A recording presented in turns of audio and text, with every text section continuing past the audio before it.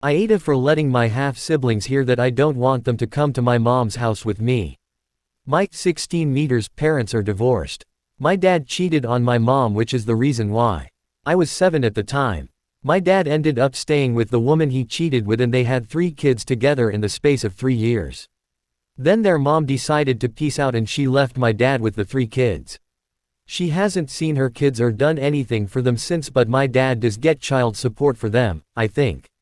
Back when that all happened, my parents shared custody of me. I was at my dad's 1 week and my mom's the next. But when I was old enough in our state, 12 here, I went before a judge and asked if I could live with my mom primarily. The judge granted it but did order that I spend every other weekend with my dad, at least. After my dad's other woman left and was no longer a part of their kids' lives, Dad turned to Mom expecting her to step up and be part of their lives and to make sure I wasn't better off than them. But my mom never did. Sometimes I would hear Dad saying she should have my half-siblings over so they could see me more or so I could bond better with them at her house because he knew I didn't see them as just siblings and he knew I didn't exactly love them. It wasn't hard to figure out because I really didn't show any interest in them.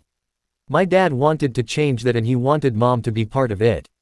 I think Mom must have accused him of wanting me as a willing babysitter because Dad was super offended on the phone with her once and he said babysitting was the least of his concerns.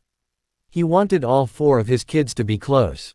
Once I was only staying at his house every other weekend, my dad really piled on pressure for Mom to invite my half-siblings over to her house. Mom would do her best to keep it from me, but almost every time I'm at Dad's house he will text or call her about it and I hear him mumble about it or I hear him on the phone with her. He says the sibling relationship will stay distant if I hardly ever spend time with them. This whole thing is something I never really pushed back on. Dad has been worse with Mom and with me lately and I was with him over a week ago and we got into a fight over it.